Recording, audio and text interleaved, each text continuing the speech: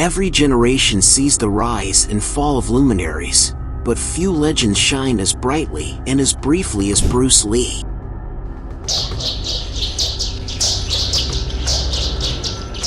Born as Lee Junfan, this dynamo's trajectory in the worlds of martial arts and cinema, while cut short, has left an indelible mark that continues to resonate with millions worldwide. The propitious beginning. On November 27, 1940, San Francisco's Chinatown was graced with the birth of a future legend. My last name is Lee, Bruce Lee. I was born in San Francisco in 1940. I'm 24 right now. This was no ordinary year. It was the auspicious year of the dragon. The intertwining of this celestial occurrence with Bruce's birth seemed predestined, hinting at the fire he would ignite in the years to come. Family and early life. Bruce's roots were deeply embedded in art and affluence. His father, Lee Hoi-chen, commanded respect as an opera singer, while his mother, Grace Ho, bore the lineage of one of Hong Kong's most formidable clans. With the turmoil of World War II looming, Bruce's parents made the prudent choice of returning to the relative safety of Hong Kong when he was just a few months old.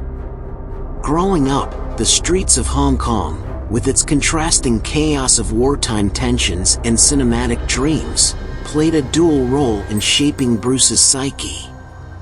By his late teens, he had already appeared in 20 films, dabbling in a range of roles from infant parts to teenage characters. However, Hong Kong's gritty underbelly exposed Bruce to another realm, street fighting. His numerous skirmishes became a cause of concern for his family, laying the foundation for a shift that would change the trajectory of his life.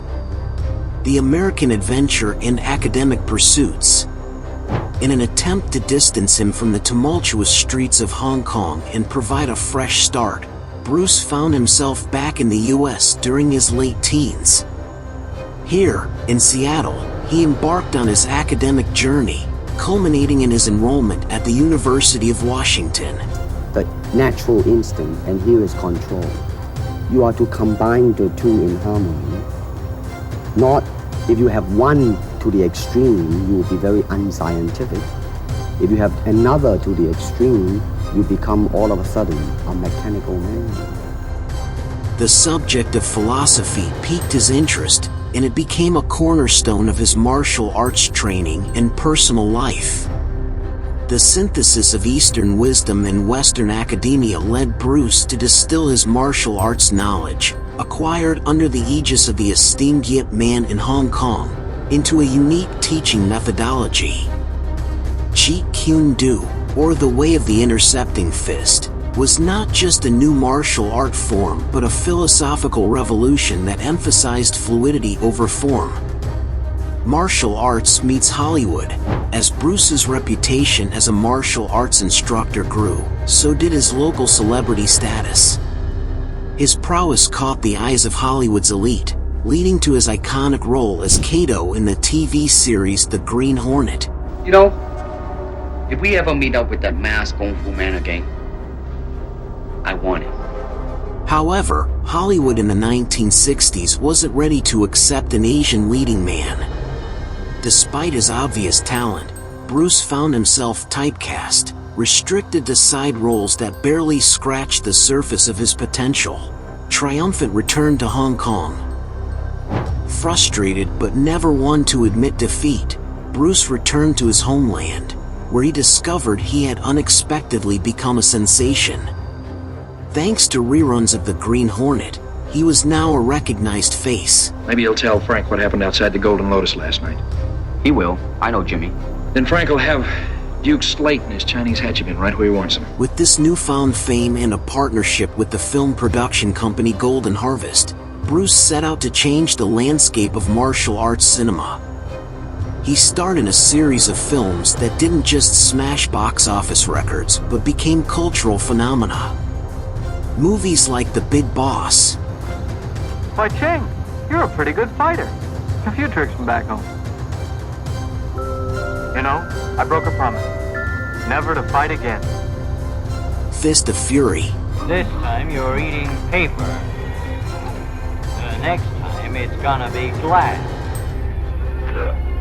And The Way of the Dragon showcased his unparalleled martial prowess and his vision of integrating powerful storylines with high-octane action.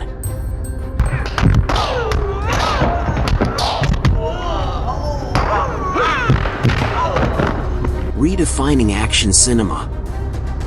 His forays were not limited to acting alone. Bruce's directorial vision came to the fore with The Way of the Dragon, showcasing his multi-dimensional talents. The film is best remembered for the epic showdown between Bruce and Chuck Norris, a duel that transcended choreographed cinema fights, setting benchmarks for decades to come. The Western resurgence and tragedy.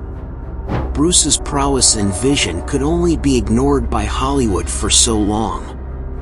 Warner Brothers, recognizing his global appeal, co-produced Enter the Dragon.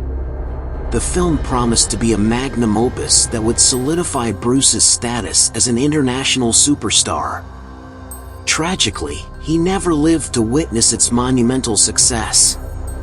On July 20th, 1973, the world was plunged into shock with the news of Bruce Lee's untimely passing. He was found unresponsive in actress Betty Ting Pei's apartment. A combination of factors, from an allergic reaction to painkillers, leading to cerebral edema, to theories of a fatal heat stroke, were posited as the cause. However, such a sudden and mysterious death of a global icon gave birth to a myriad of conspiracy theories. From sinister organized crime plots to ancient family curses, every possible angle was examined and sensationalized. Legacy and eternal impact. Enter the Dragon was posthumously released, shattering box office records and establishing Bruce Lee as a legend of action cinema. What's your style? My style? You can call it the art of fighting without fighting. The film, coupled with his extensive writings on martial arts philosophy and techniques, furthered his posthumous fame. You have offended my family, and you have offended the Shaolin Temple. His impact, however, wasn't confined to just cinema or martial arts. Bruce Lee became a symbol of perseverance, breaking racial barriers in Hollywood, and redefining what it meant to be a true martial artist. The world of cinema, recognizing the vacuum left by his absence, ushered in Bruceploitation, a trend where actors mimicking Bruce's style were cast in films attempting to recreate his magic. Be feared by your enemies and admired by your friends and everything. But in Kung Fu, it always involves a very fast motion. Like for instance, a guy grabbing your hand. It's not the idea to do so many steps. Step him right on the instep. He'll let go.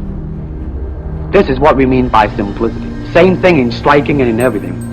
It has to be based on a very minimum motion so that everything would be directly expressed. One motion, and he's gone. While most of these attempts faltered, they inadvertently emphasized Bruce's irreplaceability.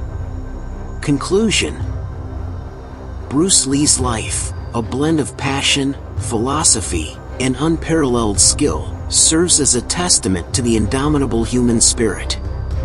His influence, transcending cinema and martial arts, has become a beacon of resilience, innovation, and boundary breaking. The Dragon, in his short time on Earth, left behind a legacy that continues to inspire, influence, and resonate with generations across the globe. Be formless, shapeless, like water. Now you put water into a cup, it becomes the cup. You put water into a bottle, it becomes the bottle. You put it in a teapot, it becomes the teapot. Now water can flow, or it can crash. Be water, my friend.